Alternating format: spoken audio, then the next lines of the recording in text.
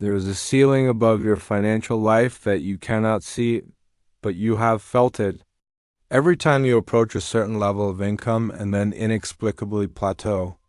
Every time money arrives and then disappears before it can accumulate. Every time a financial opportunity presents itself and something inside you finds a reason not to pursue it. Every time you work hard and create value and still find yourself in the same financial reality you have been in for years. You have felt the ceiling, even if you have never been able to name it. Even if you have attributed it to circumstances, to the economy, to bad luck, to not knowing the right people or not having the right opportunities. The ceiling has been there, silent, invisible, absolute. And here is what almost nobody tells you about that ceiling. It was not built by the external world. It was not constructed by your circumstances or your economy or the absence of opportunity. It was built inside you. In your subconscious, by experiences that happened long before you had any financial life at all, by the specific ways that money, abundance, and your own worth were experienced in the environment of your childhood, before you were old enough to evaluate any of it, before you had any capacity to question what was being installed. Your relationship with money, your subconscious sense of how much you deserve, how safe abundance is, what wealth means about you and about the people who have it, was formed in childhood. And if that formation happened in the presence of trauma, of financial fear, of the specific emotional experiences that we are going to explore today, then the ceiling that was built then is the ceiling that is limiting your financial reality now. Today I'm going to show you exactly how this happened and exactly what can be done about it. Before we go any further, I want to address something that may already be present as you listen to this, the word trauma. For many people, this word carries a specific and limiting connotation. It suggests something dramatic, something clinical, something that belongs to people who have experienced extreme circumstances, abuse, neglect, violence, loss. And if your childhood did not contain those obvious extremities, you may already be thinking, this does not apply to me. My childhood was fine.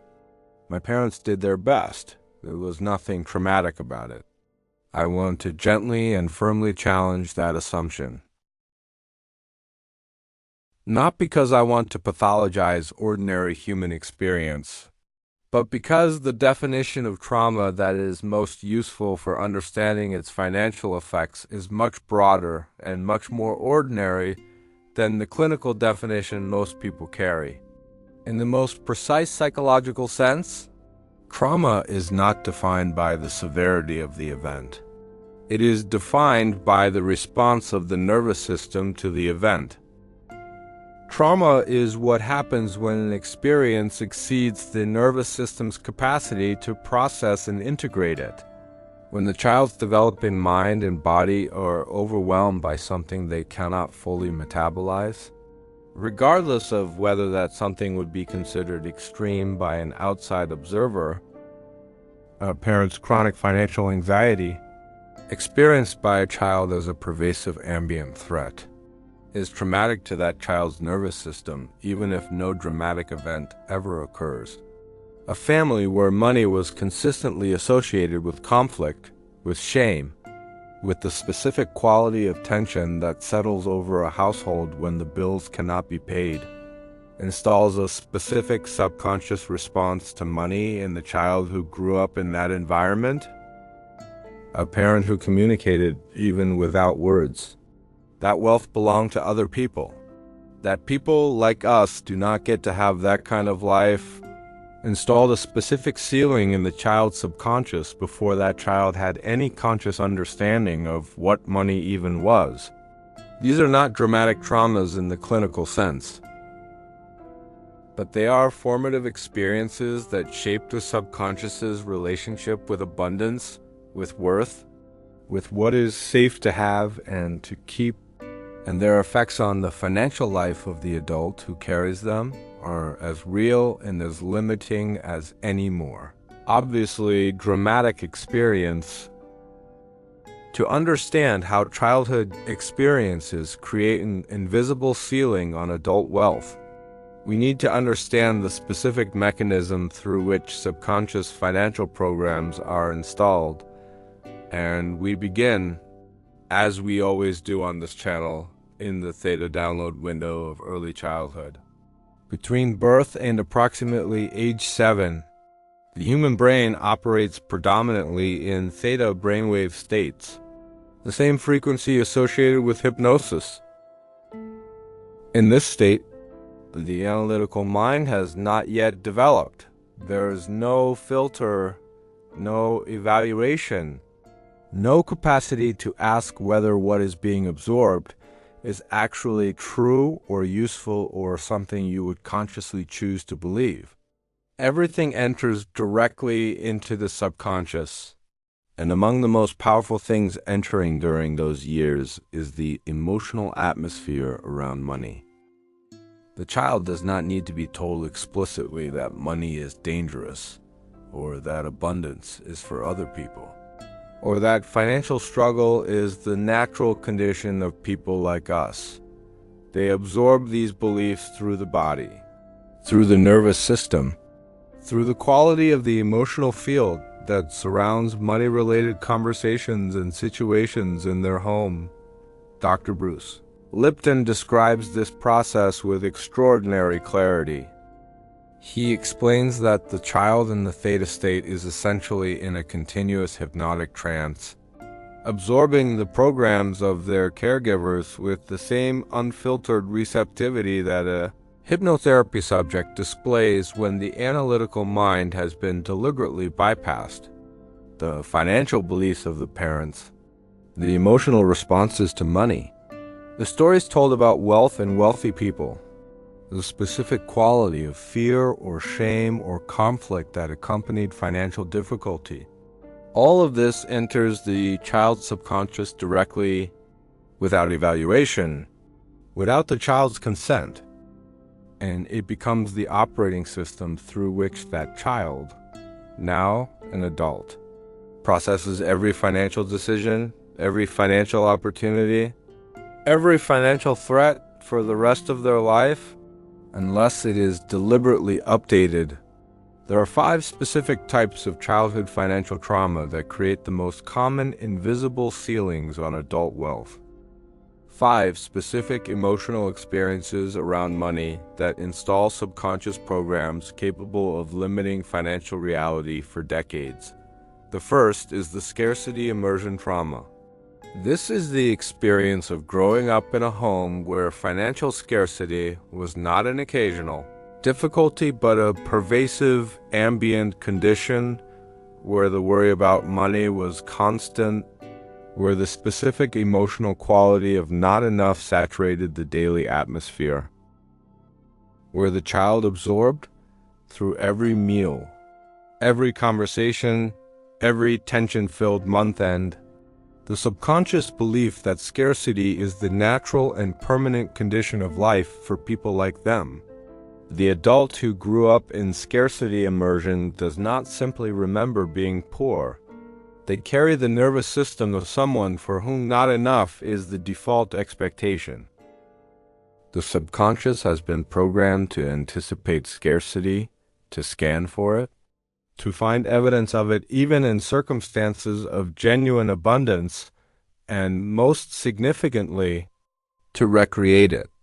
Because what the subconscious has been programmed to expect, it uses all its extraordinary processing power to confirm. The second type is the money equals conflict trauma. This is the experience of growing up in a home where money was consistently the trigger for the most painful emotional experiences, where financial conversations reliably produced the fights that frightened the child the most, where the arrival of bills meant the arrival of tension, where the departure of money meant the arrival of anger, where the child learned at the subconscious level that money, and by extension wealth, is dangerous. Because money is what creates the conflict that threatens the safety and belonging that the child most needs. The adult who carries this program does not consciously want to avoid money. They consciously want more of it. But the subconscious, which learned that money creates the most dangerous emotional weather, generates an automatic avoidance of the very accumulation that would increase the exposure to what it has learned to fear. The third type is the wealth equals wrongness trauma. This is the experience of growing up in an environment where wealth and wealthy people were consistently associated with moral failure, with greed, with exploitation, with the specific quality of wrongness that comes from having too much in a world where others have too little. Rich people are different from us. Money corrupts. They only got that by taking from others. These messages, absorbed in theta, create a specific subconscious association between financial success and moral failure. And the subconscious of the person who carries this program generates an automatic resistance to wealth. Not because they consciously believe wealth is wrong, but because the subconscious has been programmed to protect them from becoming the kind of person that their childhood told them wealthy people are. The fourth type of childhood financial trauma is the unworthiness installation. This is perhaps the most widespread and the most devastating in its long-term financial effects. The unworthiness installation is not specifically about money. It is about fundamental worth. It is the experience of growing up in an environment where the child's sense of their own value was consistently undermined, where love and approval were conditional on performance, where the implicit or explicit message was that they were not quite enough, not quite deserving, not quite the kind of person who gets to have what they genuinely want. This program does not create a ceiling on wealth in the obvious way that the scarcity or conflict programs do. It creates something more subtle and more pervasive. An unconscious sense that abundance is not for someone like me. That the level of financial success I genuinely want belongs to the category of things that are available to other people, people who are more capable, more deserving, more fundamentally worthy than I experience myself to be. The person carrying the unworthiness installation may be extraordinarily capable by any objective measure. They may be genuinely talented, genuinely hardworking, genuinely intelligent, and they will still find themselves inexplicably unable to reach and maintain financial levels that their capabilities should clearly support.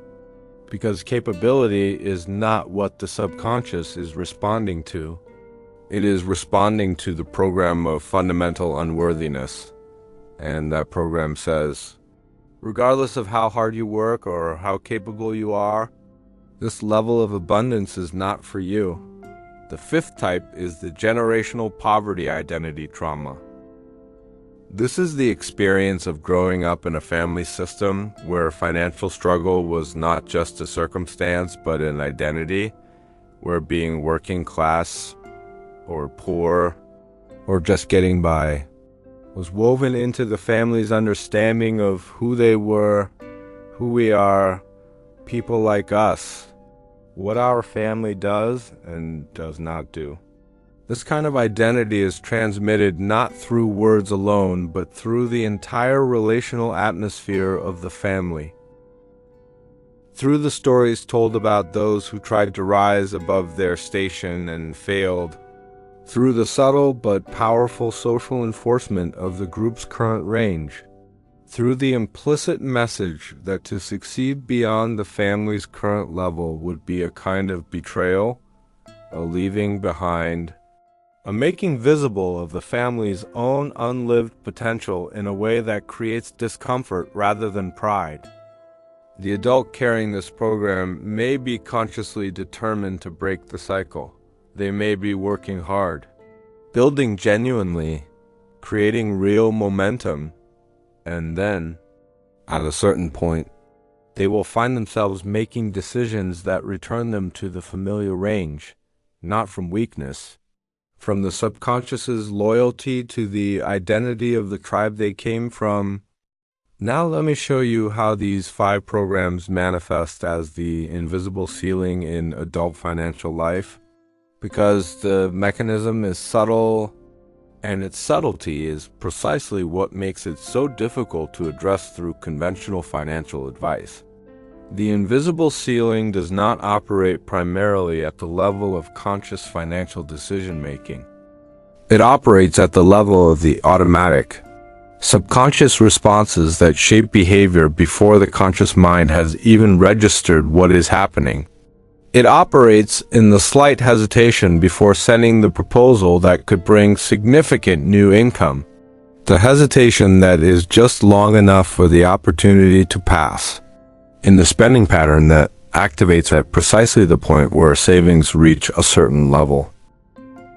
The inexplicable impulse to spend that empties the account back to a familiar range before it can consolidate into genuine security, and the underpricing of services and products in ways that ensure income remains below a certain ceiling regardless of the genuine value being created, and the avoidance of conversations about money that would be necessary for genuine financial advancement, the networking that is almost done but not quite, the negotiation that almost happens but is abandoned at the crucial moment, and the self-sabotage of financial opportunities that approaches a certain level of potential and then meets the invisible ceiling, the business that grows to a certain point and then inexplicably plateaus, the investment that is almost made and then retreated from, the raise that is almost asked for and then deferred. Each of these patterns is the subconscious financial program executing with extraordinary precision, maintaining the match between the identity installed in childhood and the financial reality of adulthood, not from cruelty, from the subconscious's faithful maintenance of what it has been programmed to believe is safe, natural, and appropriate for someone with your particular history and your particular subconscious identity. The ceiling is not made of circumstances. It is made of programs, and programs can be changed. The neuroscience of healing childhood financial trauma is some of the most hopeful research in contemporary psychology, because it demonstrates with remarkable clarity that the subconscious programs installed in childhood are not permanent features of the mind's architecture. They are neural pathways, built through repetition and emotional experience. And neural pathways can be restructured. The brain's neuroplasticity, the capacity for genuine physical restructuring based on thought and experience and deliberate practice, does not stop at the end of childhood. It continues throughout the human lifespan. The subconscious that was programmed in theta as a child can be reprogrammed in theta as an adult. Not quickly, not without consistent effort, but genuinely. The research of Dr. Bruce Lipton demonstrates that the same theta state that made the child's subconscious so receptive to the programming of their environment is accessible to adults in specific conditions. The 20 minutes after waking, the 20 minutes before sleep, deep meditation. These states provide the same open, unfiltered access to the subconscious that characterized childhood. And in these states, with the right practices, the financial programs installed in childhood can be directly accessed and updated. The research of Bessel Kolk, whose landmark work on trauma and the body has transformed our understanding of how childhood experiences live in the nervous system, demonstrates that Healing trauma requires working at the level of the body and the nervous system, not just at the level of cognitive insight. This is particularly important for financial trauma, because the ceiling on wealth is not maintained by a conscious belief that can be changed through reasoning. It is maintained by a subconscious nervous system response that requires a different kind of intervention, one that speaks the language of the nervous system, of embodied felt experience, of the emotional and physiological states that the subconscious uses to determine what is true and what is safe. Now let me give you the complete protocol for dissolving the invisible ceiling, for genuinely updating the childhood financial programs that are limiting your adult financial reality. The first step is what I call the financial origin audit. This is a practice of honest investigation into the specific financial programs you absorbed in childhood, conducted not with the aim of assigning blame to the people who installed them, but with the aim of seeing them clearly enough to begin updating them in your journal. In the privacy that serious self-knowledge requires, you spend time with the following questions. What was the emotional atmosphere around money in the home I grew up in? What did my parents' bodies do when money was discussed? What stories were told about wealthy people? What did our family believe about what was financially possible for people like us? What was my earliest experience of financial fear, of financial shame, of the specific quality of emotional weather that money created in my home? What did I learn, not from what was explicitly said, but from what was felt and absorbed and never questioned, about my own relationship to abundance? These questions are not comfortable. They require a quality of honesty that most people have never applied to their financial life. But the answers they produce are extraordinarily valuable, because they reveal the specific programs that are generating the specific ceiling, and the program that can be named can be addressed. The second step is nervous system healing. As Bessel or Kolk's research makes clear, childhood financial trauma is not stored only in the mind.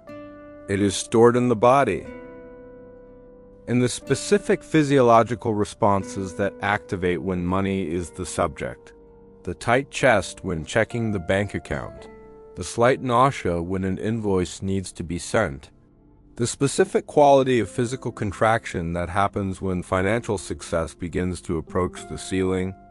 These body responses are the nervous system's memory of the original trauma, and they require nervous system level healing, not cognitive reasoning. The third step is the subconscious financial reprogramming practice. This is the daily theta window practice specifically designed to install new financial programs in place of the childhood ones. Every morning, in the 20 minutes after waking, before the phone, before the day, you practice a specific sequence. Begin with 3 minutes of extended exhale breathing, 4 counts in, 8 counts out.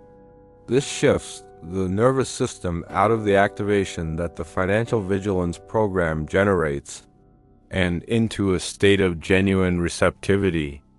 Then bring to your awareness the specific financial ceiling program you identified in your origin audit, not with judgment, with the quality of a witness who understands how the program was installed and why it made sense in the context of its original environment.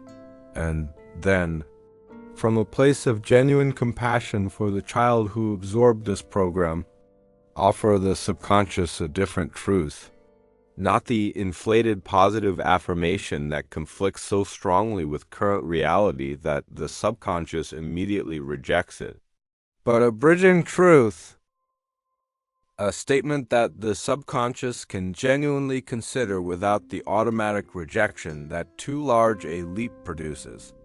If the program is scarcity immersion, the bridging truth might be, I am someone who is learning that abundance is genuinely available, that the scarcity I grew up with was a circumstance, not a destiny. If the program is unworthiness, the bridging truth might be, I am becoming someone who recognizes that my genuine capabilities are worth genuine compensation, that I am allowed to receive what my work genuinely creates. If the program is generational poverty identity, the bridging truth might be, I can honor where I come from while building something that my family has not yet built. My expansion does not betray my origins, it extends them. These bridging truths are offered in the theta state, with genuine emotional engagement rather than hollow repetition, for 10 minutes each morning, and in the theta window before sleep, for 15 minutes each evening. The subconscious in theta. Receiving these bridging truths consistently, with genuine felt experience behind them, begins to update. The ceiling begins to shift, not dramatically, not immediately, but genuinely, neurologically, permanently. The fourth step is identity-aligned financial action. And this is the step that translates the subconscious reprogramming into visible financial results. Because the subconscious learns from experience even more powerfully than from declaration, and the experience that most powerfully updates the financial programs installed in childhood is the experience of making financial decisions that the old program would not have permitted. And surviving and thriving and finding that the feared consequence did not materialize. The person reprogramming the scarcity immersion program practices every day one deliberate act of financial abundance, not reckless spending, deliberate investment in themselves, in their work, in their future, that sends the subconscious a clear signal. Scarcity is not the only option. I am someone who invests in what matters. The person reprogramming the unworthiness program practices regularly and specifically charging what their work is genuinely worth. Having the conversation about money that unworthiness says they do not deserve to have. Asking for the raise, sending the invoice, setting the price that reflects genuine value rather than the discounted version that the unworthiness program considers appropriate. The person reprogramming the generational poverty identity practices, allowing financial success to accumulate past the point that previously triggered the subconscious return to familiar territory, holding the savings account at a level higher than it has previously reached, allowing the business income to grow past the previous ceiling without generating the spending or the self-sabotage that would reduce it back. Each of these acts made deliberately, in the face of the subconscious program's resistance, is a deposit in the bank of new financial identity, and deposits compound, slowly at first, then faster. Then at some point that cannot be precisely predicted, the new financial identity has enough neural weight to become the dominant program. And the ceiling, the invisible ceiling that childhood installed above your financial life, begins to dissolve. History and contemporary life are full of people who dissolve the invisible financial ceiling installed by their childhood, whose stories illuminate both the reality of the ceiling and the genuine possibility of transcending it. Oprah Winfrey grew up in conditions of genuine poverty and trauma. Her early childhood was marked by experiences that would have justified every scarcity program, every unworthiness installation, every generational poverty identity that we have discussed. And she has spoken publicly and with extraordinary honesty about the specific work of dissolving those programs, about the years of deliberate inner work that ran alongside the outer building of her career.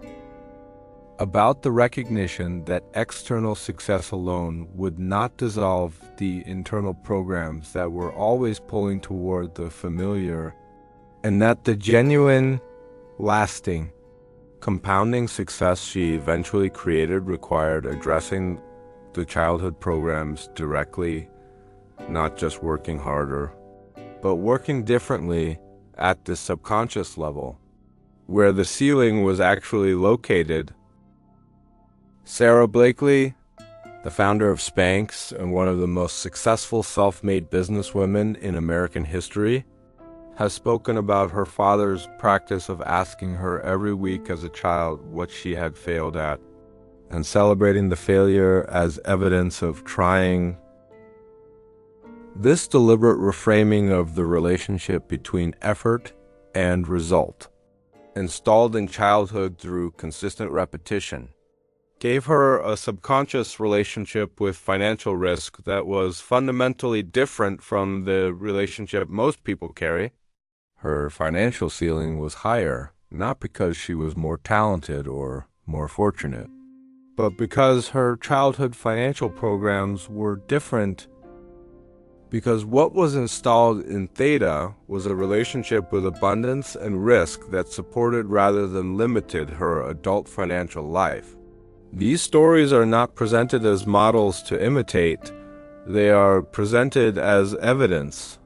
Evidence that the ceiling is real and that the ceiling can be dissolved. That what was installed in childhood can be genuinely updated in adulthood.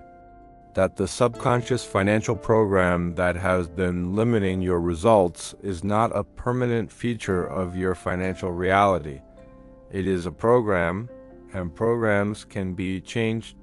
I want to explore one more dimension of this before we close: the relationship between the healing of childhood financial trauma and the broader question of worth, because the invisible ceiling on wealth is ultimately not a financial phenomenon. It is a worth phenomenon. The financial ceiling is the specific place where the subconscious's program about what you deserve meets the financial world's infinite supply of what is available. And the collision between those two things produces the ceiling. The healing of childhood financial trauma is therefore not primarily financial work. It is worth work. It is the deep, patient, genuinely transformative work of updating the subconscious's fundamental sense of what you deserve to have and to keep and to build. This work does not happen quickly, and it does not happen only in the financial domain. It happens in every area of life simultaneously. As the subconscious's sense of worth updates, the financial ceiling rises as one expression of a broader shift in what the subconscious believes is available. For someone with your particular gifts and your particular potential and your particular genuine contribution to the world, the philosopher and theologian Paul Tillich wrote about what he called the courage to be. The courage to affirm your own being, your own worth, your own right to exist fully and abundantly in the face of the forces that would reduce you. His insight was that this courage is not a feeling, it is a practice, a daily act of choosing the fullness of your own being over the programs that would reduce it. The work of dissolving the invisible financial ceiling is precisely this practice. Applied to the specific domain of money and abundance, it is the daily act of choosing to believe, against the evidence of the old programs, against the weight of the childhood experiences that said otherwise, that you are someone who deserves to build something real, to keep what you build, to receive what your genuine contribution creates, and to live in a financial reality that reflects the full extent of what you are genuinely capable of creating. Let us come back to where we began. There is a ceiling above your financial life that you cannot see, but you have felt it every time you approach a certain level of income and then inexplicably plateau. Every time money arrives and then disappears before it can accumulate. Every time you work hard and create genuine value and still find yourself in the same financial reality, you have felt the ceiling. And now you know what it is? It is not bad luck. It is not the absence of opportunity. It is not a character flaw or a fundamental incapacity for financial success. It is a subconscious program, installed before you were 7 years old, in the theta download window of childhood, by the specific emotional experiences around money that shaped your nervous system's relationship with abundance before you had any conscious awareness of what money even was. The 5 types of childhood financial trauma that create the most common ceilings. Scarcity immersion. Money equals conflict. Wealth equals wrongness. Unworthiness installation and generational poverty identity. Each installed in the subconscious through the extraordinary receptivity of the child's theta state. Each maintained in the adult through the subconscious's faithful execution of programs it has never been given permission to update. And the 4-step protocol for dissolving the ceiling. The financial origin audit that reveals the specific programs running beneath your financial life. The nervous system healing that addresses the trauma at the level of the body where it is actually stored. The daily theta reprogramming practice that installs bridging truths in the state where the subconscious is most receptive to genuine update. And identity-aligned financial action that gives the subconscious the experiential evidence that the new program is real. You are not bad with money. You were programmed with specific beliefs about money before you could evaluate any of them. And those programs have been running faithfully ever since. But faithfulness to an old program is not destiny. It is simply the subconscious doing what subconscious minds do, until they are given something better to work with. Give yours something better. Starting in the theta window of tomorrow morning, the ceiling is not permanent. It was built in a mind that was not yet fully formed. It can be dissolved by a mind that is subscribed to awake mind. I will see you in the next one.